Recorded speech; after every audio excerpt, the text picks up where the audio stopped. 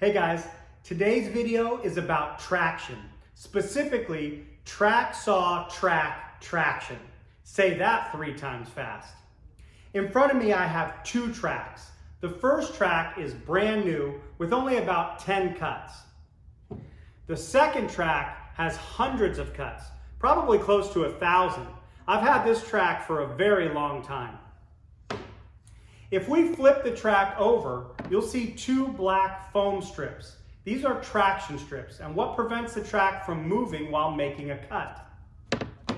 You can also buy clamps that secure the track to the workpiece, preventing it from moving. But let's be honest, you're not going to clamp up every piece before you cut it. I rarely clamp. Only when doing really important cuts or miters will I clamp the track. I rely heavily on the effectiveness of the traction strips. And over time and use, they wear down and become smoother, causing less traction. Let's do a test to see the difference. Starting with the new track, I'm using a piece of particle board melamine. This has a very low friction surface. The new track slid at 49 degrees. Not too bad.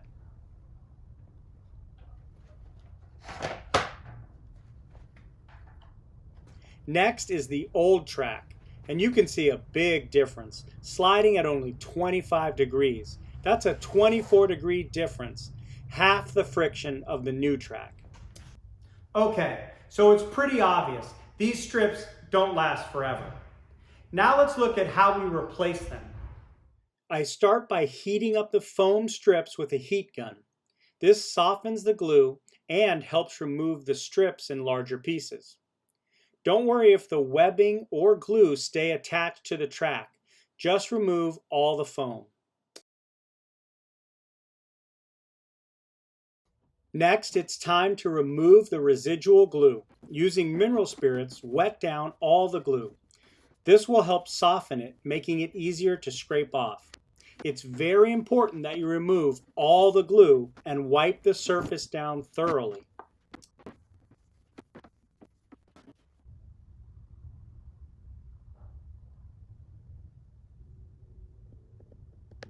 Now it's time to install the new friction strips. Start by cutting 2 pieces the length of the track. A little trick I use is to heat the track up a little to help the adhesive adhere better, especially if you're in a cold environment. Without touching the adhesive with your fingers, peel back a portion of the release paper and attach the foam to the track. It's important that you do not stretch the foam when installing and just lay it down. It's also important not to touch the adhesive with your fingers. This could prevent the strip from properly adhering. Once the strips are installed, I take a small rubber roller and roll the foam to ensure the adhesive is mechanically adhered. Now that we've replaced the traction strips, let's do another test to see the difference it makes. In the previous test, the track slid at just 25 degrees. Now the track held to 51 degrees. There you have it. You can see a big difference. This will really help get those perfect cuts you're looking for. If you haven't watched the video on how to use a track saw getting perfect cuts, I recommend it. Thank you for watching. I hope this helps. Don't forget to hit those like and subscribe buttons, and I'll see you next time.